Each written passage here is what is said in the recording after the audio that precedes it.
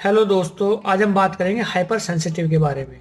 यानी कि कोई भी मौसम चेंज होता है, सर्दी से गर्मी आती है, गर्मी से सर्दी आती है। जैसे भी सर्दी का मौसम चल रहा है और ऐसे में आपको तुरंत से सर्दी तुरंत लग जाती है, खांसी होने लगती है, छींकें आने लगती हैं और कोई परेशानी साथ में होती है, तो इसके लिए आप कुछ होम्योपैथिक दवाएं ले सकते हैं, जिसका नाम है हिपरसल्फ 30। नंबर 2 मेडिसिन है एलिम्सिपा 30।